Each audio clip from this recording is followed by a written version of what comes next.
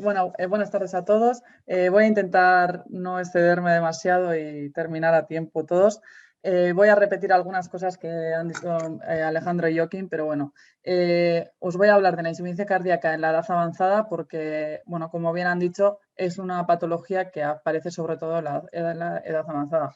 Como sabéis, las enfermedades cardiovasculares hoy en día son la causa de mortalidad más frecuente en países occidentales y constituyen un problema de salud común en la edad avanzada. Se calcula que el 80% de los pacientes que tienen insuficiencia cardíaca tienen más de 65 años y a menudo en el momento del diagnóstico exceden los 80 años. Representa además, como ha dicho Joaquín también, la principal causa de hospitalización en pacientes mayores de 65 años. En esta población, lo que tenemos de especial es que hay una gran morbimortalidad que acompaña a estos pacientes, además de los síndromes geriátricos. Hay muchos autores que consideran la insuficiencia cardíaca un síndrome geriátrico más que se caracteriza por un deterioro progresivo de la situación funcional del paciente que finalmente termina en su muerte. Como veis en la gráfica, pues aumenta la prevalencia cardíaca, sobre todo también en mujeres. O sea, lo que tiene que de especial también esta población es que la insuficiencia cardíaca aparece con más frecuencia en las mujeres. El corazón en el envejecimiento sufre algunos cambios que se resumen en esta tabla. Lo más significativo me parece que es la hipertrofia del ventrículo izquierdo, que ocurre de una forma fisiológica según avanza la edad y que es la principal causa de la disfunción diastólica, que como veremos la insuficiencia cardíaca con FEBI preservada es la que aparece con mayor frecuencia en estas edades. También es importante la mayor frecuencia de la fibrilación auricular. Valorar la envergadura de este problema es difícil porque los estudios muchas veces utilizan diferentes formas de definir la insuficiencia cardíaca, también diferentes formas para establecer la presencia o no de ella. Independientemente de los métodos que se utilicen para definirla, lo que está claro es que la insuficiencia cardíaca aumenta con la edad. Aquí os pongo los datos del estudio Framingham, en los que se basa en insuficiencia cardíaca clínica, pero bueno, como veis, según avanza la edad aumenta mucho la incidencia de la insuficiencia cardíaca. Como os he dicho, también es más frecuente en mujeres y también en estas poblaciones ya pues mayores de 80 años tendremos más frecuentemente pues, demencia, polifarmacia, dependencia y fragilidad, que son los otros síndromes geriátricos que suelen acompañarlos.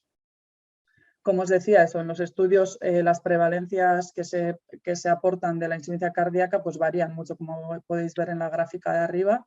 Este es un estudio también de la Sociedad Europea de Cardiología, pero como veis en las tablas de abajo, pues la insuficiencia cardíaca aumenta según la edad y sobre todo la insuficiencia cardíaca con FEBI preservada. Esto es un estudio observacional realizado en Estados Unidos, que os pongo para un poco veáis el tema de la comorbilidad asociada, ¿no?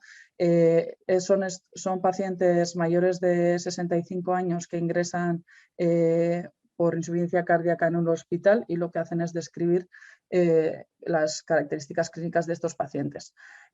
Casi el 30% de los pacientes tienen EPOC, casi el 40% diabetes, el 50% tienen historia de cardiopatía isquémica, más del 60% son hipertensos.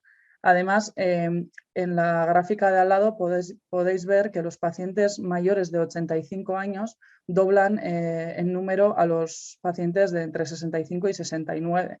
Esto me parece interesante porque no es una cuestión de que la insuficiencia cardíaca sea un problema de la edad avanzada, sino de las edades muy avanzadas, ¿no? También en este estudio nos ponen esta tabla en la que ponen las características clínicas según los rangos de edad.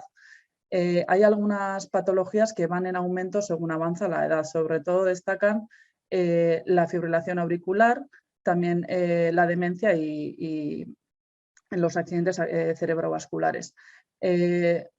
también, como es lógico, el riesgo de admisión en una residencia o en un centro de media larga estancia, alcanzando casi el 20% de los pacientes mayores de 85 años. Sin embargo, pues hay otras comorbilidades que aparecen, por ejemplo, la insuficiencia cardíaca, de la cardiopatía coronaria en el momento, o sea, concurrente, es menos frecuente según avanza la edad, ¿no?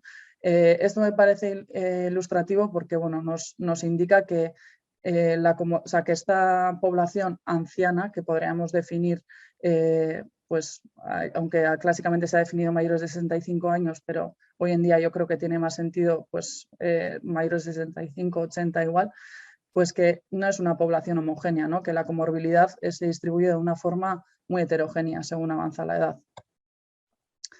Bueno, la fragilidad es otro síndrome geriátrico que es muy importante en estas edades y que debemos de tener siempre en cuenta, ¿no? Es un síndrome clínico que ocurre durante el envejecimiento, se caracteriza por una disminución de la reserva fisiológica ante una situación de estrés y constituye un estado de vulnerabilidad que conlleva finalmente mayor riesgo de un resultado adverso. En el caso de la insuficiencia cardíaca, la fragilidad es muy prevalente, se calcula que es 7,5 veces mayor que en los pacientes que no tienen insuficiencia cardíaca en mismas edades, lo que supone un empeoramiento de la clase funcional de la insuficiencia cardíaca y también duplica el riesgo de reingreso y de mortalidad intrahospitalaria.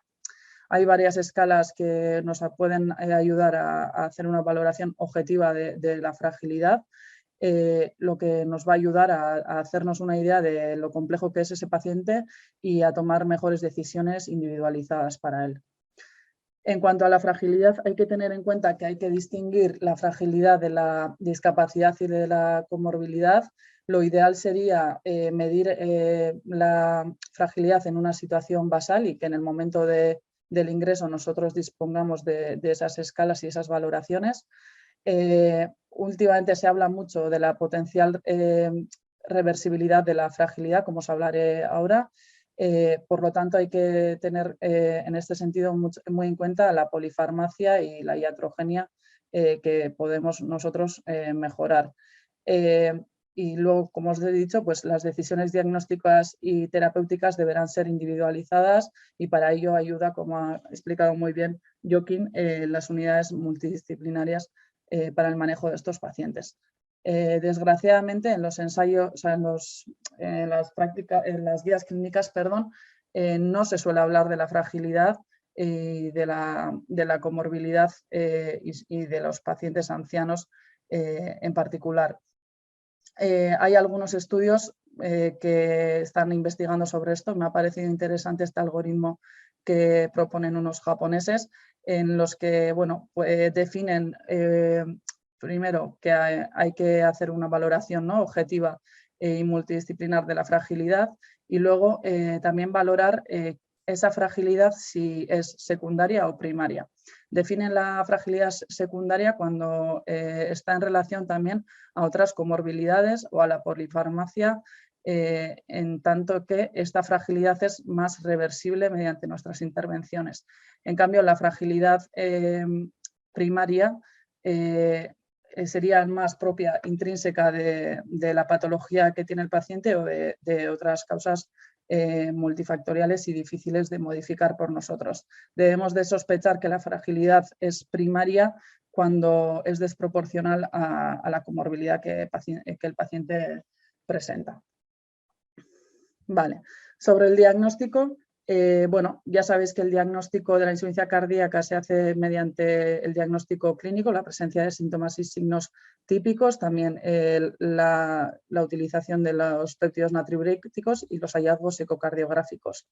En la población anciana, los signos y síntomas típicos de la insuficiencia cardíaca son menos frecuentes. Con mayor frecuencia aparecen signos y síntomas atípicos, como pueden ser la desorientación, la astenia, el decaimiento. Y además se ha hablado también de la menor utilidad del ProBNP en estos pacientes porque el ProBNP aumenta de forma fisiológica con la edad. También aumenta con la presencia de otras comorbilidades que son frecuentes en estas edades, como es la enfermedad renal crónica, la obesidad y la fibrilación auricular. En ese sentido, este estudio me ha parecido interesante Es un estudio en el que valoran, valoran pacientes que ingresan por un cuadro de disnea aguda y ven varios parámetros, ¿no? Tanto clínicos como de la exploración y hallazgos analíticos y de imagen, digamos. Y ven que el ProBNP, aunque se asocie de una forma independiente a la disnea de origen cardiogénico, no mejora el área bajo la curva que hacen los clínicos aunando estos parámetros tanto clínicos, analíticos como de imagen, ¿no? Entonces, pues que en un momento agudo, digamos, el ProBNP en estos pacientes pues puede que no nos discierna muy bien de un origen respiratorio del cardíaco. Vale, respecto al tratamiento médico, las evidencias que tenemos pues, son más pobres que en que las poblaciones más jóvenes. Como os he dicho, los ensayos clínicos normalmente definen la población anciana o ponen como edades mayores de 65 años, haciendo como un grupo homogéneo. Muchos de las conclusiones que se sacan también se hacen por análisis de subgrupos teniendo en cuenta estos pacientes. Sin embargo, el beneficio clínico puede ser menor y con mayor riesgo de efectos adversos en estos pacientes, ya que están infrarrepresentados y muchas veces excluidos por las comorbilidades que tienen. Entonces, es posible que en la práctica clínica nos encontremos con mayores frecuencias de efectos adversos, principalmente la hipotensión ortostática, que puede conllevar a mayor riesgo de caídas, alteración de la función renal, alteración de los iones, ¿vale?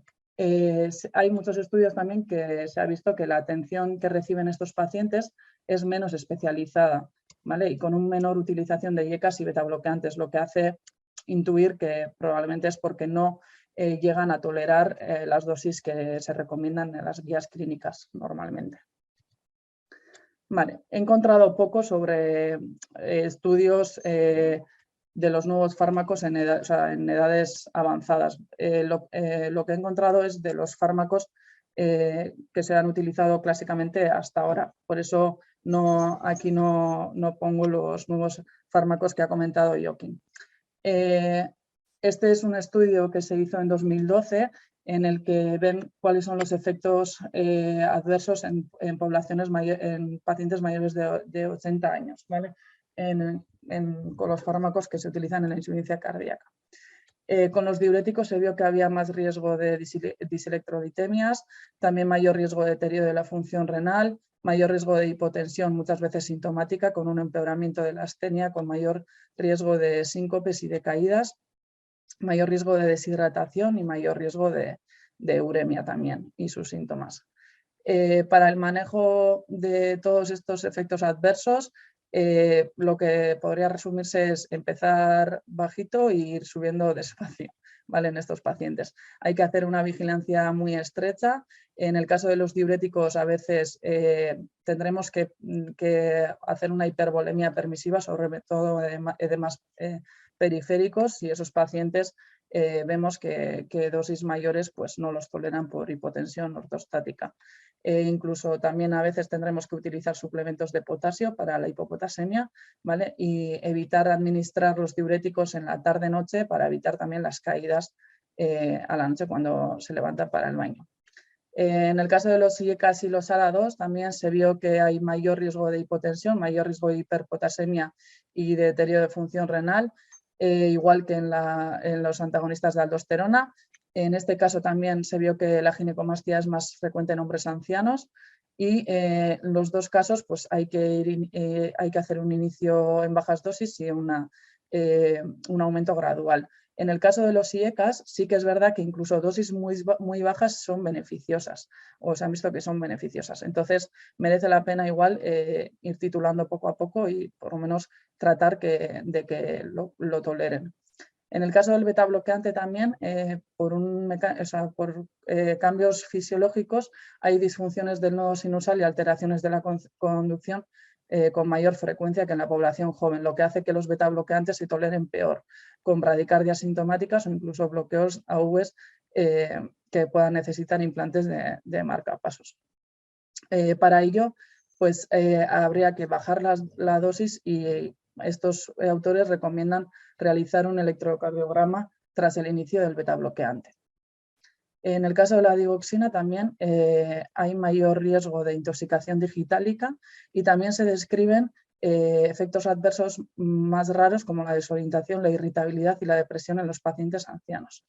En el caso de la digoxina habría que ajustar a función renal y aunque las guías no recomiendan medir niveles, especialmente estos autores sí que recomiendan en estos pacientes vulnerables medir niveles de digoxina tras su inicio.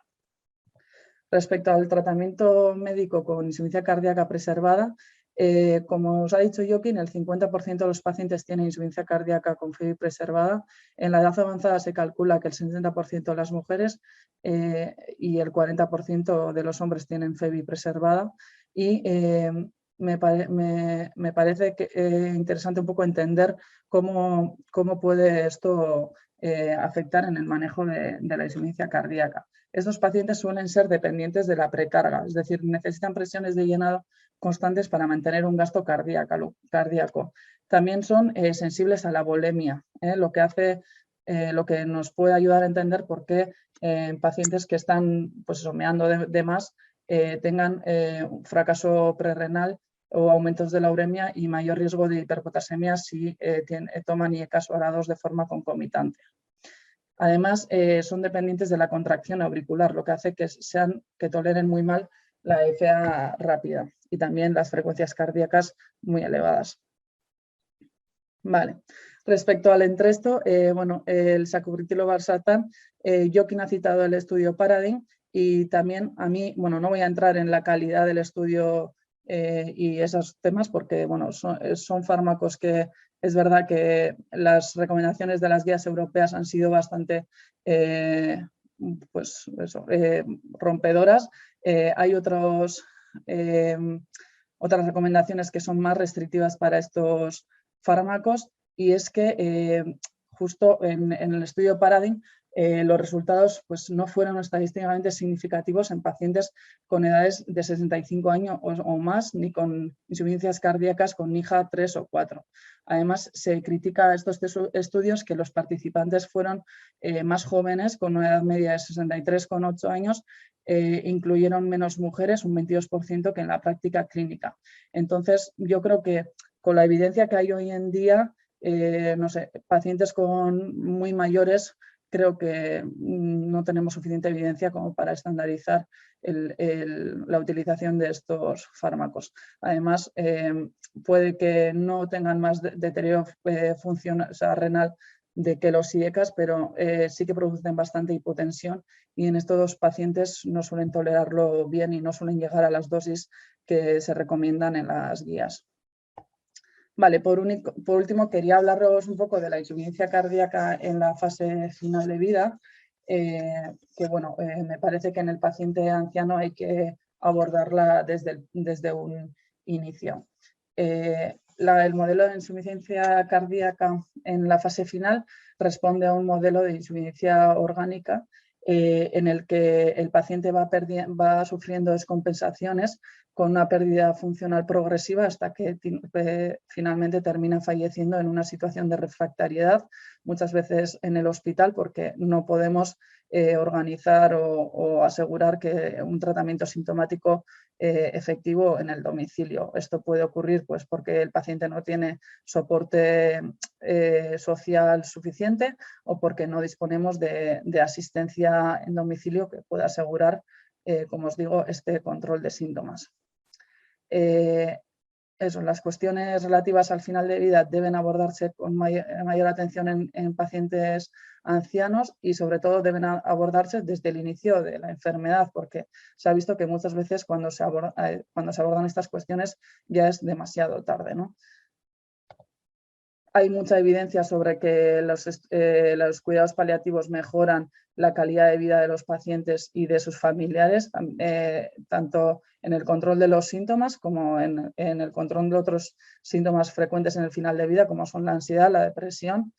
Y en este sentido, pues el estudio Palliative Heart Failure pues, nos indica un poco esto. Hoy en día se calcula que el 39% de los pacientes que necesitan cuidados paliativos es por una causa cardiovascular, ¿vale? Entonces, pues nos hace ver un poco que de aquí en adelante va a ser un problema creciente que tendremos, teniendo en cuenta que el envejecimiento poblacional va a hacer y la mejoría, ¿no?, de la supervivencia de las enfermedades cardiovasculares va a hacer que tenemos cada vez más pacientes ancianos con cardiopatías en final de vida.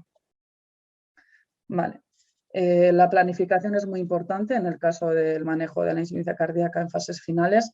Siempre deberemos de anticiparnos o intentar anticiparnos explicando al paciente un poco cuál va a ser la evolución, revalorando la medicación que toma, quitando toda la medicación que pueda ser dañina para ese paciente e intentar mejorar la calidad de vida que tiene ese paciente. Ya en estas fases no estamos buscando mejorías en la supervivencia, sí que buscamos pues eso, que el paciente, pues, al ser posible, no tenga que ingresar y no empeorar su clase funcional. Vale. Aquí os pongo un poco cuáles son los síntomas más frecuentes de la insuficiencia cardíaca en la fase final y un poco su manejo. La disnea es el síntoma más frecuente, la oxigenoterapia es fundamental en los pacientes hipoxémicos, pero también se ha visto que puede mejorar la percepción de la disnea en pacientes que no desaturen. Los diuréticos también habrá que ajustarlos a las necesidades que tengan, y en este sentido es muy interesante también la administración de diuréticos subcutáneos, que por lo menos en nuestro centro realizamos con bastante frecuencia junto con el servicio de hospitalización a domicilio. Los vasodilatadores, también como los parches de nitroglicerina, son útiles. Los opiáceos en estas fases son necesarias y se ha visto que si evitando dosis altas no implican mayor depresión respiratoria, y a veces la toracentesis evacuadora también cuando hay derrames pleurales importantes es necesaria. La congestión sistémica también se maneja con diuréticos, como bien ha explicado Alejandro, o con asociación de los mismos, y también hay que promover las medidas posturales. El dolor es un síntoma muy frecuente en las fases finales de la insuficiencia cardíaca. No se sabe muy bien si es por un bajo gasto. La cuestión es que muchas veces suele estar infravalorada y se maneja con analgésicos de primer, segundo, tercer escalón, como se necesiten, y siempre evitando los AINES, como sabéis. La depresión también con inhibidores selectivos de los receptores de serotonina o con benzodiazepinas.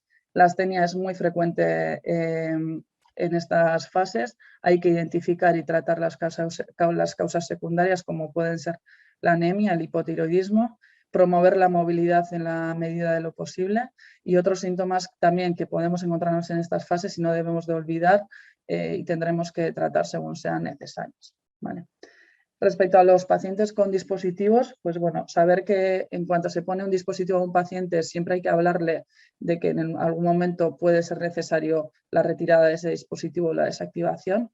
En el caso del marcapasos se recomienda mantenerlo porque no modifica el curso de la enfermedad, y el hecho de desactivarlo pues puede empeorar los síntomas, sobre todo en pacientes que sean dependientes de ritmo de marcapasos. La resincronización cardíaca, un poco en la misma línea, se recomienda mantenerlo, y en el caso del DAI, pues bueno, hay casi un tercio de los pacientes que en las fases finales de vida reciben tratamientos que son inadecuados. Esto puede hacer que la sensación subjetiva del paciente sea mala y aumente la supervivencia de una forma innecesaria. Entonces, hay un consenso bastante extendido en el hecho de desactivar las terapias antitaquicardia y mantener solo los modos de solo monitorización o las medidas antibradicardia, que un poco al estilo del marcapasos pues pueden hacer que el paciente no empeore sintomáticamente. Si no disponemos de programadores, esto se puede hacer con un imán. La orden de no reanimación también, esto es de la Sociedad Española de Cardiología, que tiene un artículo muy interesante sobre los cuidados paliativos y hablan de que bueno, su uso la verdad que está menos extendido que en otras especialidades y la utilización suele ser menor, más tardía y menos convincente y peor interpretada. Solo un 12% de los pacientes de los médicos que atienden a pacientes de este tipo reconocen hablar de esto con frecuencia. Esto se debe porque bueno, no estamos entrenados, muchas veces porque no tenemos herramientas comunicativas que nos puedan hacer explicar al paciente de una forma que él o ella lo comprenda estas cosas, algunas veces porque el pronóstico de la insuficiencia cardíaca es difícil de prever y no queremos crear alarma en estados muy avanzados o simplemente pues, por falta de tiempo. ¿Vale? La cuestión es que bueno, estas órdenes de no reanimación pueden hacer que el paciente pues, pueda decidir en estas situaciones de la enfermedad y asegurarnos de que bueno, el deseo del paciente esté siendo respetado. Por último, hablaros un poco de la sedación paliativa. Ya sabéis que es una medida que se tiene que plantear en situaciones de últimos días, siempre que haya un síntoma refractario, que no estemos abordando bien con un tratamiento óptimo. Después de haber obtenido el deseo del paciente, el consentimiento suyo o de la persona en la que haya delegado, y en estas fases pues, tendremos que hacer una adecuación del esfuerzo terapéutico, eliminando los fármacos que ya no tengan ningún beneficio y luego eligiendo los fármacos que utilizaremos. Normalmente se utilizan las morfinas y las benzodiazepinas en el caso de una insuficiencia cardíaca. Vale, por último, las conclusiones, pues eso, los pacientes ancianos con insuficiencia cardíaca constituyen la mayoría de los pacientes con insuficiencia cardíaca y su número va en aumento. Se calcula que en los próximos 25 años habrá un 50% más de ingresos por insuficiencia cardíaca de los pacientes de este perfil. El perfil clínico difiere bastante y conlleva un pronóstico peor. Es una población subrepresentada o directamente excluida de los ensayos clínicos. Debemos de realizar un manejo individualizado, siempre valorando las comorbilidades y los otros síndromes geriátricos que presenten los pacientes. En estos pacientes buscamos sobre todo mejorar calidad de vida más que mejorar supervivencia y hay que abordar las cuestiones relacionadas con los cuidados paliativos y el final de vida desde un principio. Ya está, eskerrik asko.